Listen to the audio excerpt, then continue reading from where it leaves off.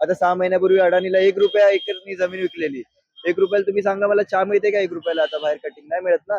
1 रुपया एकरानी महाराष्ट्रातली जागा म्हणजे आपली किंमत काय आहे? आपण ज्या हिशोबाने टॅक्स भरतो इकडे मुंबईत जेवढा टॅक्स आहे तेवढा टॅक्स बाहेर नॉर्वे बिर्वे सारख्या देशांमध्ये टॅक्स आहे. तिकडे सगळं फ्री आहे. आपल्या इंडियामध्ये ना फास्ट ट्रॅक कोर्ट चालू शकत नाही कारण आपल्याकडे तेवढं यंत्रणा उपलब्ध नाही आहे. बरोबर आहे की नाही? फास्ट ट्रॅक कोर्ट करण्यासाठी काय हे नाही, यंत्रणा पाहिजे ना. यंत्रणा असेल तर नॉर्मल कोर्ट पण फास्ट ट्रॅक वरतीच चालणार. त्याला काही स्पेशल फास्ट ट्रॅक कोर्ट तयार करायची गरज नाही. विविध पोस्टर्स घेऊन विद्यार्थी आंदोलनाला रस्त्यावरती उतरलेत. आणखी एक विद्यार्थी आहे ज्याच्याशी आपण बातचीत करणार आहोत या ठिकाणी, ज्याच्यामध्ये आपल्याला ताना पाहायला मिळतात आणि हा कार्टून मध्ये असलेले केंद्रातील गृहमंत्री अमित शहा पाहायला मिळतात, ज्यांच्याशी आपण बातचीत करणार आहोत. काय पोस्टर आणले तुम्ही, त्यामागचं कारण काय? असंच वाटतं ना, तर डिक्टेटरशिप चालू आहे ना, तानाशाह. कारण जिथे आता लोक आंदोलन करतात, देशात किती 10 जागेवरती आंदोलन चालू आहेत. तुम्ही मीडियावाले तुम्हाला माहिती असेल, आदिवासींचं आंदोलन चालू आहे, नॉर्थ ईस्ट मध्ये आंदोलन चालू आहे, वरती नॉर्थ हिमाचल मध्ये आंदोलन चालू आहे. आता 6 महिन्यापूर्वी अडाणीला 1 रुपया एकरनी जमीन विकलेली. 1 रुपयाला तुम्ही सांगा मला चहा मिळते का 1 रुपयाला आता बाहेर कटिंग नाही मिळत ना. 1 रुपया एकरानी महाराष्ट्रातली जागा म्हणजे आपली किंमत काय आहे? जे आदिवासी जे तिथे राहतात हजारो वर्ष, ती लोक जर कुठल्या तुमच्या प्लॅनला निषेध करतायत तर तुम्ही त्यांच्याशी बोललं पाहिजे की जे 20 दिवस तिकडे पाण्यात बसून आंदोलन करतात त्यांना जबरदस्ती फोर्स वापरून खेचून घेऊन गेलं पाहिजे. आता ही लोक सांगतात की आम्ही सगळे फंडेड आहे. तुम्ही एक काम करा, गव्हर्नमेंटला सांगा आम्हाला फंड करायच्या ऐवजी फक्त टिअर गॅस नवीन वापरा, एक्सपायर वापरू नका, साईड नाही तयार होतो त्याचा. त्यामुळे तुम्ही आम्हाला फंडिंग देऊ शकत नाही. तुम्ही स्वतःलाच फंडिंग द्या आणि वेपन्स तुमचे थोडे नीट. आंदोलकांना आपल्याला हलवायचं इथून, लोकांचा जीव नाही घ्यायचा आहे. कारण आता तुम्ही जो एक्सपायर टिअर गॅस टाकला त्याचा सायनाइड तयार झालं, लोकांचा जीव गेला, त्याचं कोण बघणार? यामध्ये तुम्ही एक मुद्दा उपस्थित केलाय की एकीकडे एज्युकेशन आहे, एकीकडे विविध मुद्दे, पेपर लीक प्रकरणे, घोटाळा आहेत, ते सगळे मुद्दे तुम्ही सगळे घेतले. मुद्दे. मात्र एक मुद्दा याच्यामध्ये तो म्हणजे 1 रुपया जमिनीचा जो मुद्दा तुम्ही घेतला, त्या मुद्दा तो आणावा लागतो तुम्हाला समोर का? कारण काय मागे याच्या सगळ्या मागचं reason? माझी तब्येत जरा खराब झाली आहे 4 दिवस इकडे भिजून. आता तुम्हाला माहितीच आहे आपल्या इकडे महागाई किती वाढलेली आहे. इलेक्ट्रिसिटी प्रायव्हेट, मेट्रो पण प्रायव्हेट. मेट्रोच्या स्टेशनची नावं वाचली की नाही सगळी? पेप्सी, कोको कोला सगळ्यांची नावं आहेत की नाही मेट्रो स्टेशनच्या पुढे? गव्हर्नमेंट पब्लिक ट्रान्सपोर्ट पब्लिकची प्रॉपर्टी असली पाहिजे. बीएसटी पण प्रायव्हेट, सगळं प्रायव्हेटाइज झालेलं आहे. आता तिथून जो रस्ता काढतायत ती लोक, जो पोस्टल रोड नवीन तयार करतायत, त्याच्यासाठी एवढे मॅनग्रोव्ह तोडलेत. तुम्हाला माहिती असेल 2 जाती आहेत झाडांच्या, मॅनग्रोव्हच्या झाडांच्या 2 जाती आहेत, त्या नष्ट झाल्या आपल्या इथल्या, संपल्या, कारण आपण तोडून टाकली. ही एवढीच आपल्याला अक्कल जे निसर्गाने दिलेलं आहे, जे ऑटोमॅटिक लागलेलं आहे, ते पण आपण तोडत चाललोय.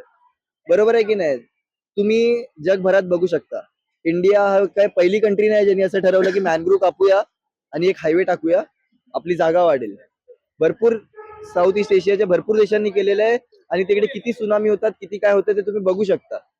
तर ह्या परिस्थितीमध्ये 1 रुपयानी जागा परवडते का? तुम्ही मला सांगा. 1 रुपया 1 एकर जागा द्याल तुम्ही? सर्वसामान्यांना वेगळा कायदा आणि यांना वेगळा कायदा. हा तेच आहे ना. आता हे जे मोदींचे मित्र म्हणायला पाहिजे, आता हे मित्रच झाले ना यांचे.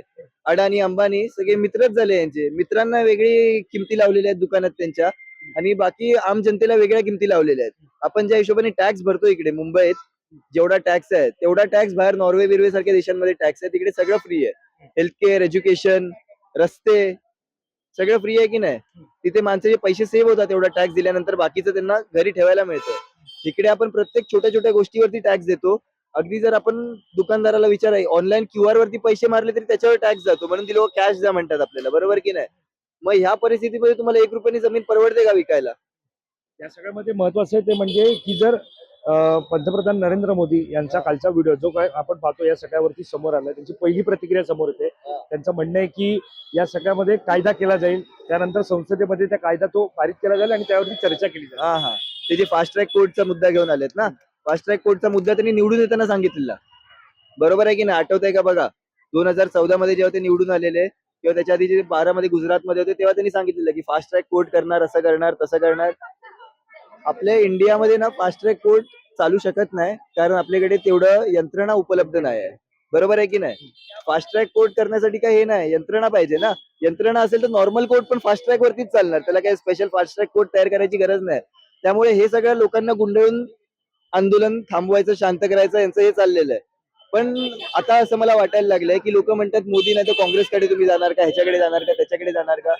कधी कधी असं वाटतं की तो जो अण्णा हजारेंचं आंदोलन झालेलं तेव्हा काँग्रेस पॉवर मध्ये होती, त्यांना पण एवढी अक्कल होती की जनतेला त्रास व्हायला लागला की आपण काहीतरी रिस्पॉन्ड तरी केलं पाहिजे. मोदींनी 25 दिवस घेतले जनतेला फक्त आपला काहीतरी एक स्टेटमेंट द्यायला. त्याच्यावरनं कळतं की त्यांना जनतेची किती पर्वा येते. आणि आपण पण काही एवढे शाणे नाहीत, आपली विद्यार्थी पण मला खरं म्हणजे असं सांगावं वाटतंय. वांगचुकनी तिकडे 15 दिवस उपाशी राहिल्यानंतर यांच्यात आतमध्ये कुठेतरी आग तयार झालेली आहे. हा पण आपल्याला पण भरपूर वेळ लागलेला आहे, त्यामुळे काय ह्याच्यात आपलं पण कौतुक करण्यासारखं ह्याच्यात काय नाही. एक शेवटचा प्रश्न, धर्मेंद्र प्रधान यांच्या राजीनाम्याची मागणी होते. जर त्यांचा राजीनामा झाला तर सिस्टीम मध्ये बदल होईल वाटतं तुम्हाला? मला तर असं आहे ना की सिस्टीमचाच राजीनामा द्या आणि एक चांगली सिस्टीम बसवा. नेमकं काय केलं पाहिजे? नेमकं आता काय केलं पाहिजे, तरुणांना काय वाटतं? तरुणांच्या डोळ्यासमोर फ्युचरसाठी तुम्ही समोर आले, फ्युचर मध्ये काय फ्युचर मध्ये आम्हाला असं वाटतं की ज्या पद्धतीने तुम्ही टॅक्स घेताय लोकांकडनं किंवा ज्या पद्धतीने तुम्ही सगळे हे कामं करताय, आता काय वाटतं आणि ह्याच्यातले टेक्निकल टर्म्स काय आहेत त्या मला पण एवढ्या नीट माहिती नाहीत. मी लॉ वगैरे काय केलेलं नाही, पण आपल्याकडे आजूबाजूच्या बाकीच्या देशांमध्ये अनेक उदाहरणं आहेत डेव्हलप करायला काय केलेलं आहे. आता तुम्ही नेपाळ बघा वरचं, किंवा खाली तमिळनाडूमध्ये विजय थालापती निवडून आलं, त्यांनी काय काय निर्णय घेतलेत ते बघा. मुलांना परीक्षेच्या दिवशी सोडायला, मुलांना परीक्षेच्या दिवशी तिकडे फ्लाईट थांबवलेले आहेत लोकांनी सोडायला. पोलीस मंत्र्यांचा कॉन्वॉय बंद झाला नेपाळमध्ये, त्यांना सगळं नॉर्मल माणसांसारखं ट्रीटमेंट मिळते. तेव्हा त्यांना कळणार ना की आपण जनतेसाठी, जनता आपल्यासाठी नाही. इकडे काय मंत्र्याला असं डोक्यावर चढून ठेवलेलं आहे. इथनं आता मी जाणार आहे गोरेगावला, इथून मला जायला लागणार 2 तास. एवढं ट्रॅफिक तुम्हाला माहितीच असेल. आता दादर ते गोरेगाव संध्याकाळच्या वेळेला किती वेळ लागतो. त्याच्यात मंत्र्याची गाडी आली की त्याची गाडी अर्ध्या तासात कशी पोहोचते कॉन्वॉय बरोबर. याचा अर्थ काय, त्यांनी प्रायोरिटाईज कोणाला केलंय? मंत्र्याला प्रायोरिटाईज केलं आणि लोकांना त्यांनी सोडून दिलेलं आहे. आता कुठेतरी गृहीत धरलं जाते जनतेला, त्याचा तर रोष जनतेला आता नाही, जनतेला कायमच गृहीत धरलेलं जात आहे. आता जनतेला त्याचा जो ही मोहीम सुरू झाली आहे, जनता आवाज उठवते, तर खऱ्या मुद्द्यांबरोबर बद्दल खरोखर आवाज उचला. एका मुद्द्यावरती झालं की हे लोक आपल्याला शेमड्या पोंगड्या लहान मुलांसारखे चॉकलेट देऊन बाजूला पाठवतात, तसं बाजूला जाऊ नका. खरोखर जे तुम्हाला हवं त्याच्याबद्दल आवाज उचला. जसं आता गडकरींचं इथेनॉलचं हे झालं, गडकरींची पहिले आपल्या मुलाला बिझनेस सेट करून दिला, मग रूल काढला की इंडियामध्ये 20% इथेनॉल येणार. त्याला काय म्हणायचं, मी स्कॅम नाही म्हणायचा, ही मला टिप आली बरोबर आहे की आता पुढे असं असं होणार आहे. त्याच्यानंतर मग मी माझ्या मुलाला इन्व्हेस्ट करायला लावलं त्याच्यात, आणि मीच हक्क आहे मला की मी इकडे रूल आणू शकतो. मी तो रूल आणला. नॉर्मल पेट्रोल 160 रुपये, इथेनॉल पेट्रोल 120 रुपये. 120 रुपयाचं पेट्रोल ज्याच्यामध्ये माझ्या गाड्या खराब होतात, काय करायचं सांगा. आणि गडकरींना आता मी इंटरव्ह्यू बघितलेला, प्रश्न विचारल्यावरती बोलतात की हे सगळं तुम्ही, मी फक्त ट्रान्सपोर्ट मिनिस्टर आहे, हे सगळं तुम्ही दुसऱ्या मिनिस्टरला विचारा, असं करा तसं करा. बरोबर आहे की नाही? पळवाटच काढतायत की नाही. आता तुम्ही, मी तुम्हाला सांगतो, आता गेला तर तुम्हाला मुंबईचा रस्ता दिसणार पण नाही, एवढी ट्रॅफिक असेल इकडे. रात्री 1-2 वाजता यायला लागेल रस्ता बघायला. इथनं एकदा 1-2 वाजता ना, इथपासनं फक्त तुम्ही एक बोरिवली पर्यंत फेरी मारून या, तुम्हाला रस्त्याची अवस्था कळेल. रस्ता गाडी 40-50च्या पुढे चालवणार का बाईकला, रस्ता कुठेच नाही. बरोबर आहे. किती लोकांचे जीव गेले असतील. बाहेर ना, बाहेरच्या देशांमध्ये ट्रान्सपोर्ट मिनिस्टर खड्ड्यात पडून कोणाचा जीव गेला तरी स्वतः राजीनामा देतात का? तो काय ट्रान्सपोर्ट मिनिस्टरनी मारलेला खड्डा नसतो, पण जबाबदारी ही कायम जो बॉस आहे त्याची असते. बरोबर आहे की नाही? त्यांच्या दुर्लक्षामुळे तिकडे खड्डा झालाय, किंवा त्यांनी ढील दिल्यामुळे जे काही ठेकेदार आहेत त्यांनी हे केलेलं आहे. त्याच्यामुळे जबाबदारी घेणं शिका आणि स्वतःची जबाबदारी घ्या. आणि स्वतः तिथे, तुम्हाला फक्त रूल बनवायचा अधिकार नाही आहे, किंवा तुम्हाला फक्त आम्ही चांगलं म्हणणार तेव्हा तुम्हाला म्हणायचं, आणि वाईट म्हणायला लागलं की आम्ही नाही, त्या बाजूच्या मंत्र्याला पकडा, त्या मंत्र्याला पकडा. असं वाटतं सगळे अजून हे शाळेतच आहेत एका, आणि यांचं काहीतरी खोडी काढणं चाललंय एकमेकाच्या, आणि आपल्या सगळ्यांचा लोक फक्त पोपट करतायत इकडे मिळून.